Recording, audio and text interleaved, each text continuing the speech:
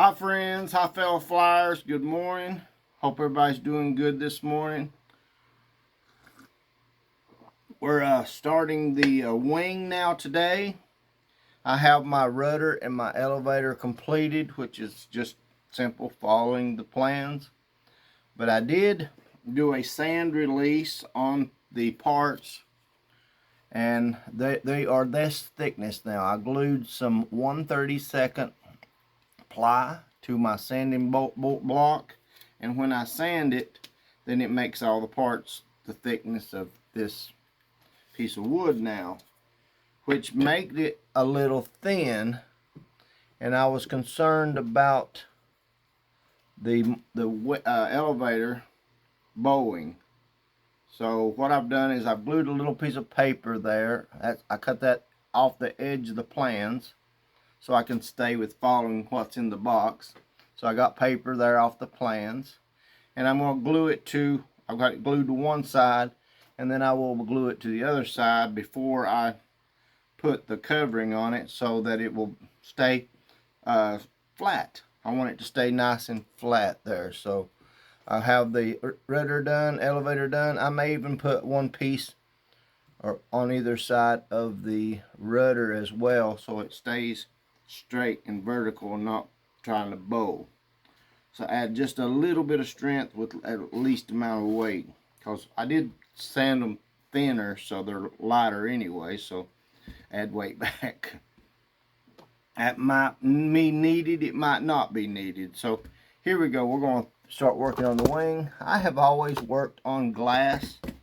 That was suggested to me to work off glass, and it's worked really well for me. The pinning boards, or having a pin board, is good, but I find it's hard to get much flatter than glass, and the flat glass it just has no problem. I have no problem working with glass. It's very simple for me to use. Just use a little water and isopropyl alcohol there to get rid of the dust here. Get rid of the dust. Make it squeaky clean. Yeah. Alright, now that it's clean, then I use plastic wrap, of course, plastic wrap. Pull me out a little bit here and cover the wing area. This works good, and it has worked good for me for many years. And what I do is I just use a little bit of glue and glue it to the plastic wrap, and it holds it enough to keep it in place. It don't really make it, it's not really what they consider, it ain't nailed down, but it is definitely good enough. And then I take my fingers and I just make sure that I have a nice flat surface to work with. It's press this plastic wrap down. Once I have it enough down, I can release it by cutting it away. And then we'll take this side and take all the wrinkles out. It's so clear sometimes you can't see where it starts and stops, so it slipped on me.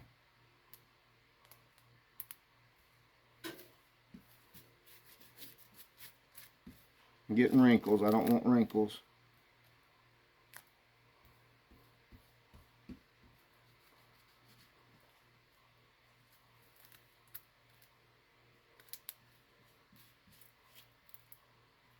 It's just a process.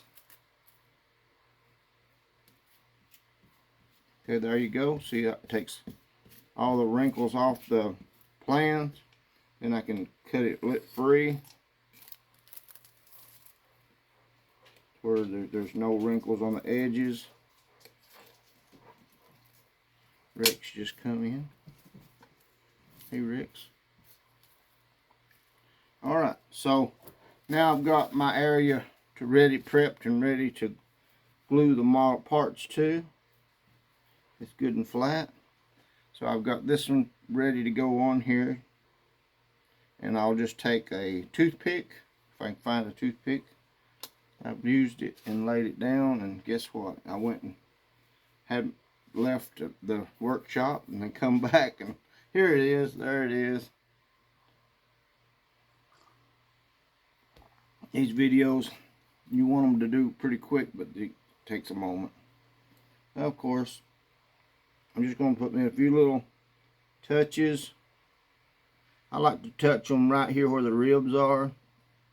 Make sure it stays sitting flat where the ribs touch are going to be sitting, and then apply the part. They're not trimmed perfectly to the size I need. I'll do that and sand it later, but I just want that in place. Alright, then I'll do the leading edge.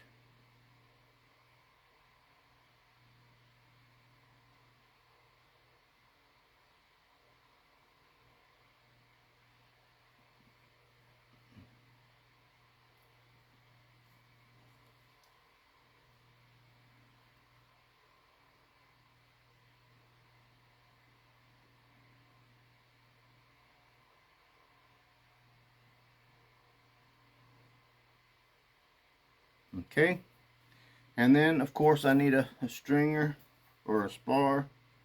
I'm going to break loose a spar here. I try not to get too picky. I just pick one and go with it. Trim it off. Make sure we go right down this edge here, right down the middle, with some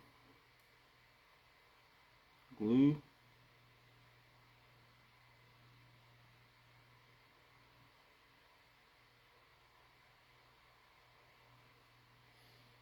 I'm going to be gluing this model. I'm going to make the wing complete and then cut it apart. They show two parts here, but I'm going to cut it apart, so I'll be able to take it apart. And I wait and put my notches in as needed, because I tend to, I don't know, when I lay them over the plans, my notches don't really line up really that well. So as you can see, I don't have any notches on this, so I'll put it in place now and take my pencil. So I'm going to lay it down on its side there, slide it up to the place it needs to go. Take my pencil and I put me a little marker right in the center here, just like that. And then I have me a little sanding scrap right there, and then using my finger as a guide, then I can put set this on my finger to rest it on my finger and kind of sand away.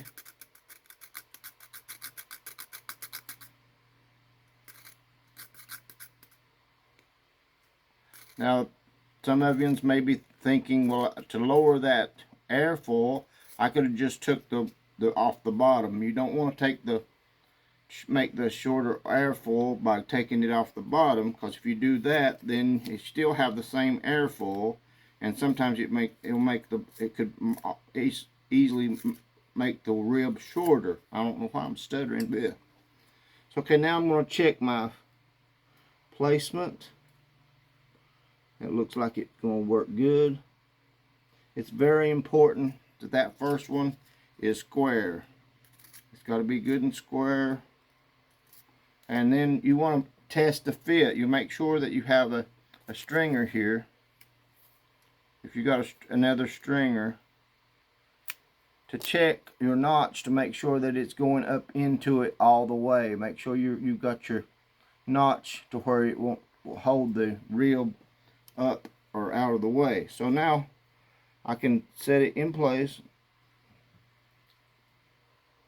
and look over the plans. Now there's three places that you can be on. You can be beside the line, you can be on the line, or you could be at the edge of the line. So You say, well, that is nothing. That you're not talking about a 30 seconds of an inch in flight can mean the difference of it flying or it not flying. That's very important that you decide where you're going to put this thing and do it the same.